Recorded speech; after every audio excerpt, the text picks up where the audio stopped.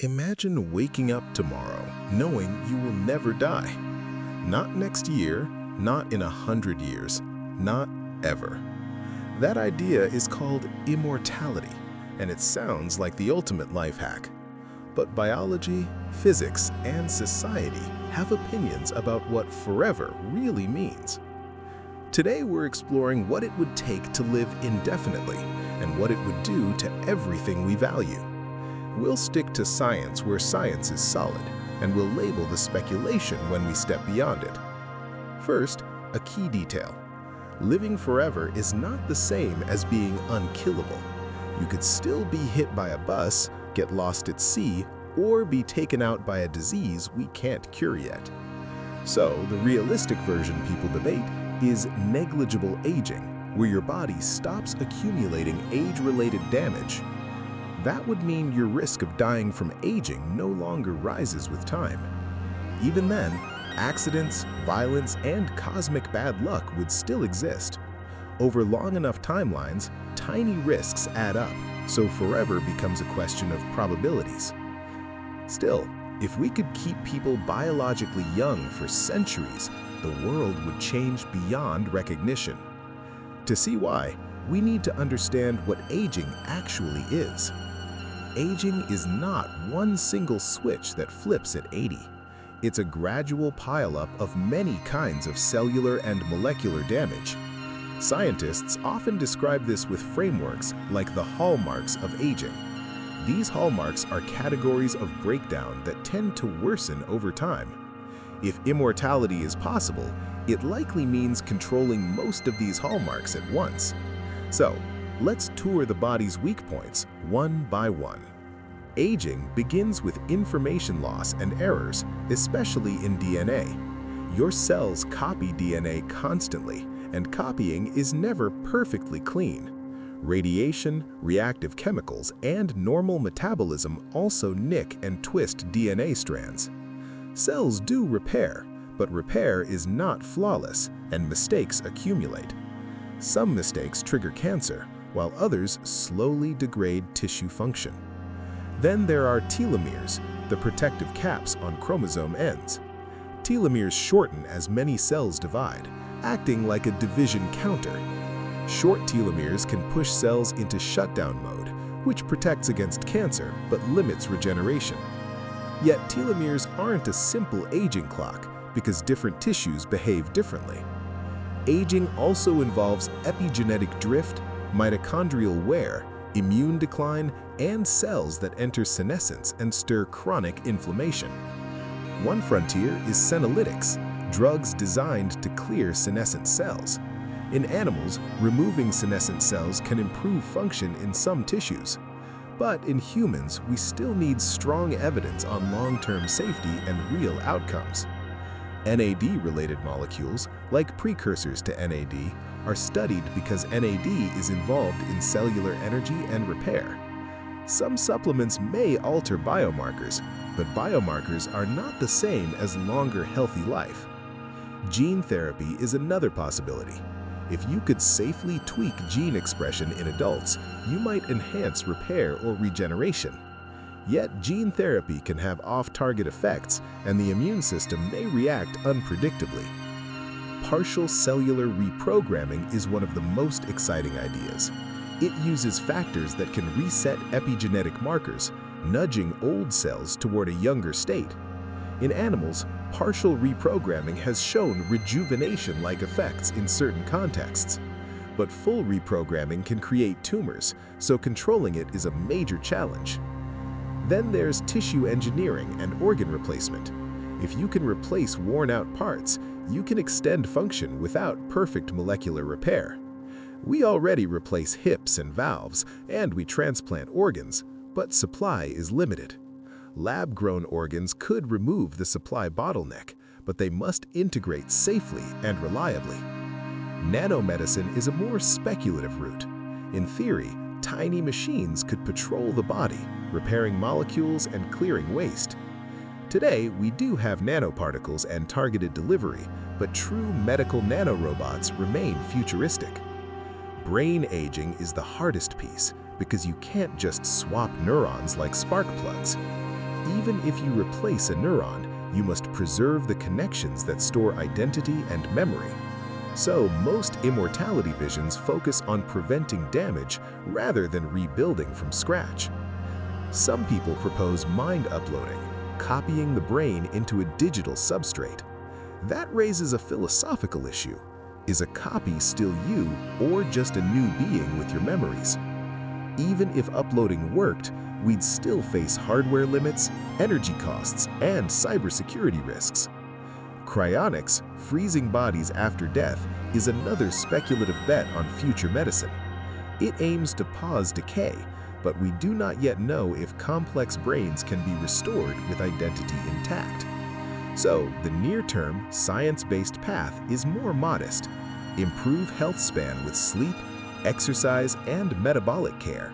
Test drugs carefully, and maybe approach negligible aging over time. Now let's assume we succeed, at least for a portion of society. Let's imagine a therapy that stops biological aging at roughly 30 years old. Not a one-time potion, but ongoing maintenance, like dental care for your cells. At first, it would be expensive and rare. Early access would likely go to the wealthy, the powerful, and the well-connected. That creates a new kind of inequality, time inequality. If some people get centuries and others get decades, every social debate becomes sharper. Would immortality be treated like a luxury good or like clean water?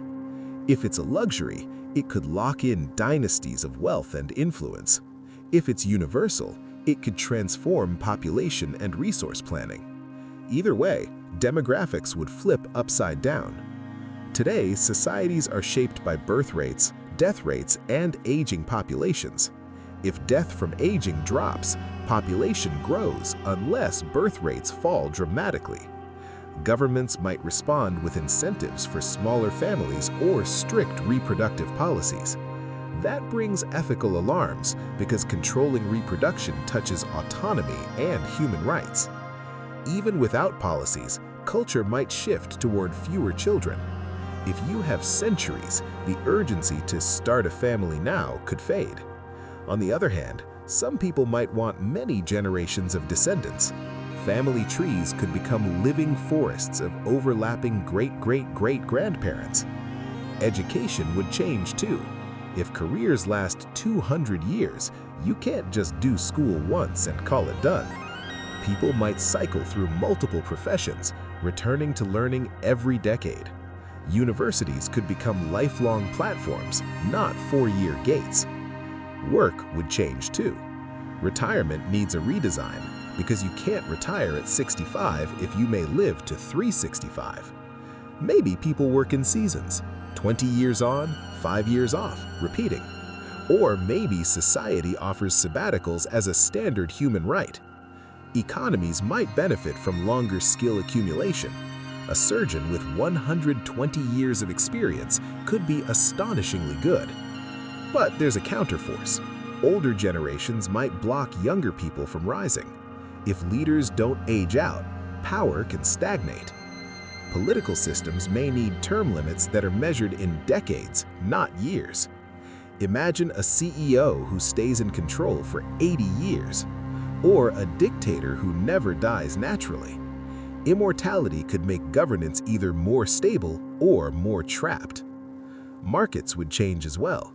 If people expect centuries of life, they may save differently, invest differently, and take fewer risks. Or they might take more risks because they believe medicine can patch them up.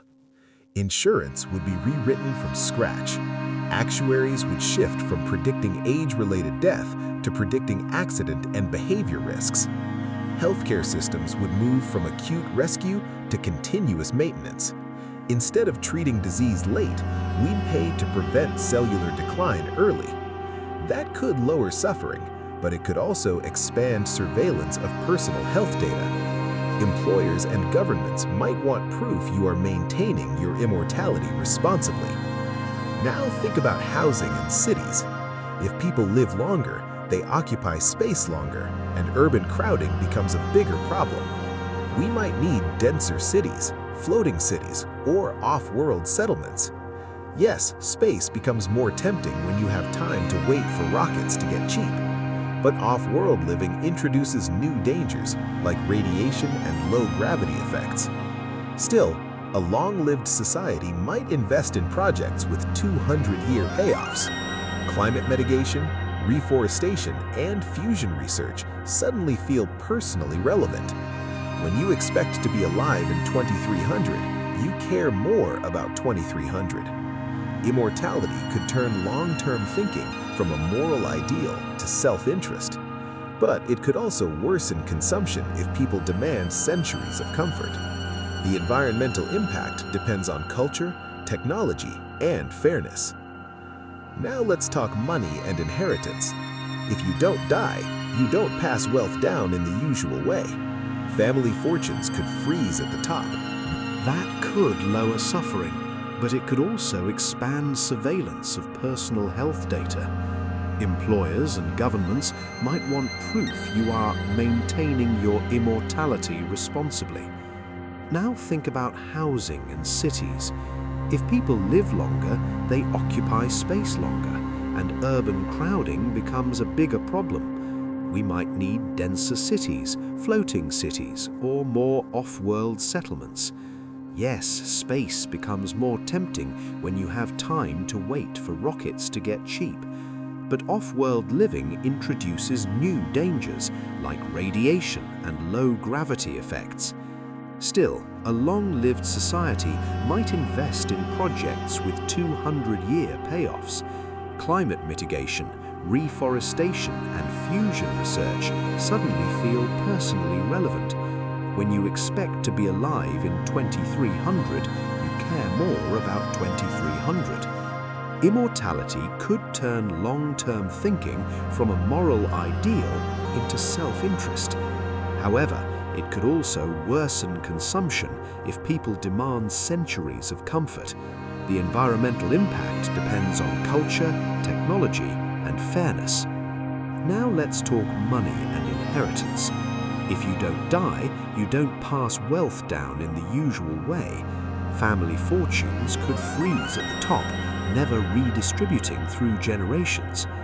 Governments might impose time taxes like wealth decay rules or mandatory redistribution. Property law could change to prevent permanent hoarding of land and assets. At the same time, longer lives could increase innovation. An inventor could pursue a problem for 80 years without running out of time. Science might accelerate with deep expertise and long-term experiments.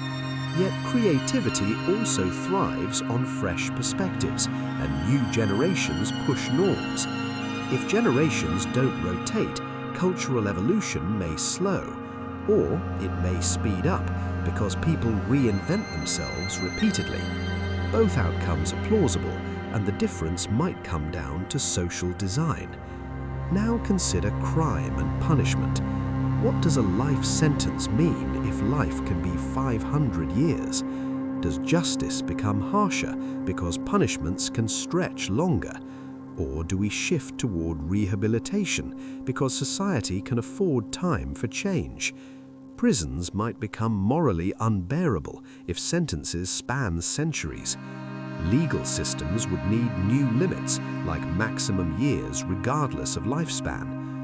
War and military strategy would shift too. If leaders and soldiers expect very long lives, they might be more cautious about conflict, or they might be more willing to fight, believing they can survive with advanced medicine. National security would also include longevity security, protecting access to life extension tech. Countries might treat longevity drugs like nuclear technology, restricting export and knowledge. That could create black markets for immortality with dangerous, unregulated treatments. Now think about relationships. Marriage vows often say, "Till death do us part," but death might not show up. Would society normalize 20-year marriages, renewable like subscriptions? Would jealousy intensify if your partner has centuries of romantic history? Friendships might become the core unit because family timelines stretch too long. Parenting would change emotionally. If you stay young while your child also stays young, the parent-child dynamic could blur. Or maybe kids delay immortality until adulthood, creating a new rite of passage. Grief would change, but it would not disappear. Accidents would still happen, and losing someone could feel even more tragic when life is expected to be long. Risk would be redefined. Would you skydive if one bad jump ends a 400-year story? People might become more cautious, valuing their extended time like a fragile treasure. Or they might become thrill seekers, chasing novelty to avoid boredom. That brings us to psychology. Humans evolved with a sense of urgency because time is limited. Scarcity creates priorities, and priorities create meaning.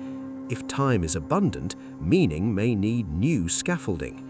Some people might flourish, mastering arts, languages, and skills over centuries. Others might drift, overwhelmed by endless options. Boredom could become a public health issue. So could procrastination, because every deadline feels optional. Mental health services might focus on purpose, not just pathology. Memory is another constraint. Your brain has plasticity, but it is not an infinite hard drive. Over centuries, memories could blur, compress, or be lost. That might lead to new technologies for memory augmentation or external storage. Then identity becomes complicated. If you can edit memories or store them outside your brain, are you still the same person? Immortality might force society to define personhood more precisely than ever before. Religion and philosophy would also react. Some traditions might see immortality as hubris, others as a gift, others as irrelevant to the soul. Cultural stories about legacy would shift. Today, many people chase meaning through what they leave behind. If you don't leave, you might chase meaning through what you become. Art might change too. Imagine a novelist who writes one epic over 150 years, evolving style with each century. Music scenes could have artists who span eras, blending genres across time. But there's a darker side. Trauma could last longer. If you live longer, you have more chances to be harmed, and some scars might never fade. Society might invest more in prevention, therapy, and restorative justice. Now let's zoom back to the science and ask the uncomfortable question, can bodies really run forever? Even if we solve aging, we face cancer, infections, and random failures. Long-lived systems need redundancy, continuous monitoring, and robust repair.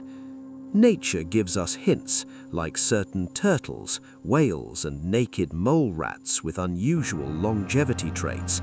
But none of them are truly immortal in the absolute sense. Some organisms, like Hydra, show negligible senescence under certain conditions, yet even they can die from environment changes or disease. So forever is likely a horizon we approach rather than a finish line we cross. So immortality could arrive gradually, year by year. First we add 5 healthy years, then 10, then 20. Each step will spark debate because every extra year changes policy and culture. So what should we do now before the science arrives? We can build systems that reward long-term thinking without requiring immortality. We can design healthcare around prevention and healthy aging for everyone. We can debate fair access early so longevity doesn't become a permanent class divide. And we can talk honestly about meaning because the question isn't only how long we live, it's what kind of society we become when time stops pressuring us. So, here's the final thought. If we could live forever, the greatest challenge might not be biology. It might be wisdom. Because a longer life amplifies everything: love, power, inequality, curiosity, and regret. And the future will be shaped by whether we treat extra years as a privilege, a product, or a shared human project.